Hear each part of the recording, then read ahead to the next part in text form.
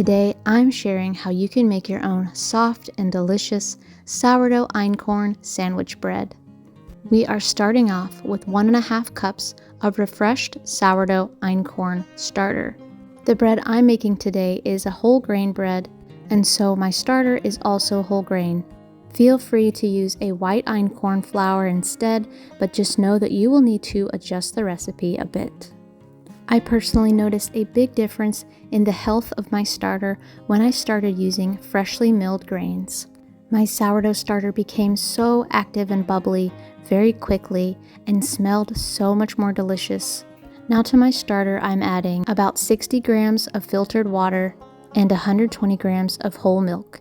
If you don't have a scale, that's about 1/2 cup of whole milk and 1/4 cup of water. After combining these ingredients, I'm ready to grind my flour. When we grind our flour fresh, it makes a much more nutritious bread because once grains are ground into flour, they lose their nutritional value very quickly. I store my grains in a sealable bucket so that no mice or any other critters can get into it.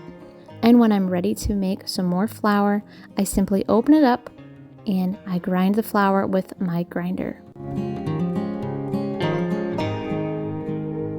I was gluten-free for many years before I tried einkorn sourdough bread. That's the only type of baked goods that I will eat on a regular basis without having any negative symptoms. That being said, I still try to limit my grains overall. I find that I feel so much better with less inflammation when I really limit my grain intake. Now that our flour is ready, we're going to combine it with the other ingredients, but first we're going to be adding some honey because this wheat bread is going to have a touch of sweetness. I added about 2 tablespoons of honey, and now we're adding flour. 430 grams or 4.5 cups of whole grain flour and about 2 teaspoons of salt. Our final ingredient we are adding is 2 tablespoons of butter that we are going to melt and add once our dough is formed. The honey, butter, and milk are key ingredients in this delicious whole grain sandwich bread. Before we add our melted butter, we are forming a dough. Mix until well combined and sticky. Then, once the butter is melted and cooled just a bit so that we're not killing too much of the healthy microbes, we are adding that melted butter on top. Now we are mixing everything in. If you are using a white einkorn flour, I suggest starting with about 300 grams and then adding more as needed. That's about 2.5 cups of white einkorn flour. Before we stretch and fold, we're going to let that sit for about 20 to 30 minutes. It has sat for about 30 minutes. With one hand, I'm holding the bowl, and with a wet hand, I am doing stretch and folds. Having a wet hand is very important when working with einkorn flour because einkorn flour is so sticky. Using a wet hand is going to prevent that dough from sticking as much to your fingers. Stretching and folding just means pulling the dough up and pushing down on the opposite side a few times. I did it about 10 times, and now I'm folding it into a nice ball, and I'm going to let that ferment for about 8 hours.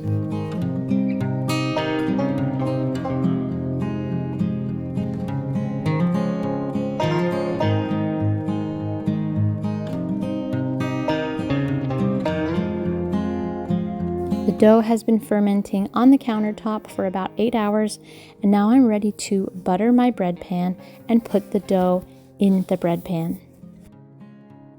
Again, it's helpful to use a wet hand when working with the dough. Once it is in this pan, we're going to let it rest for about an hour while we preheat the oven to 400 degrees. This is the final proof, and you know it's ready when it's come to the top of the bread pan. Once the oven is preheated, reduce the heat down to 375 degrees and bake the bread for about 30 to 40 minutes. Cover with a towel while it cools to keep that crust nice and soft. Once it was completely cooled, I wrapped this entire loaf in a cloth and then I put it in a Ziploc bag overnight. The best way to store this bread, if you are going to be using just a small amount at a time, is to go ahead and slice it and store it in a Ziploc bag in the freezer. That's going to ensure it stays nice and moist and not dry out like if you were to store it on the counter or in the refrigerator. With this whole wheat sandwich bread, I'm going to be making some delicious chicken salad. When making chicken salad, I have found it's so important to use only white meat of the chicken. When I used dark meat for it, it just wasn't the same. Instead of making mayonnaise, I hard boil eggs and then I blend it with olive oil and mustard. It makes a delicious, creamy chicken salad base. I'm also adding salt, pepper, apple cider vinegar, and some grapes, which I'm going to be slicing in half.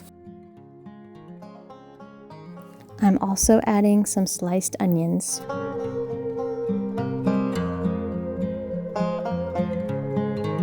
This is how thick and creamy the mayonnaise alternative works when I blend it with a high-speed blender. It's so delicious and I find I don't have to use as much oil. I combined all of my ingredients and now it's time to enjoy a delicious chicken salad sandwich.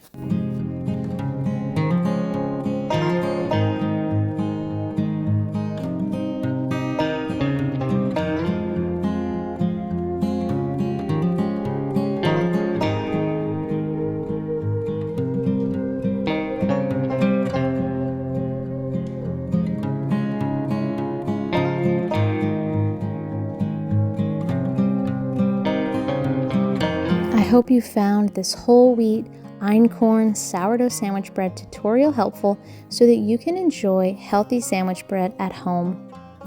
Thanks for watching. Subscribe for more natural, nourished, and traditional living content.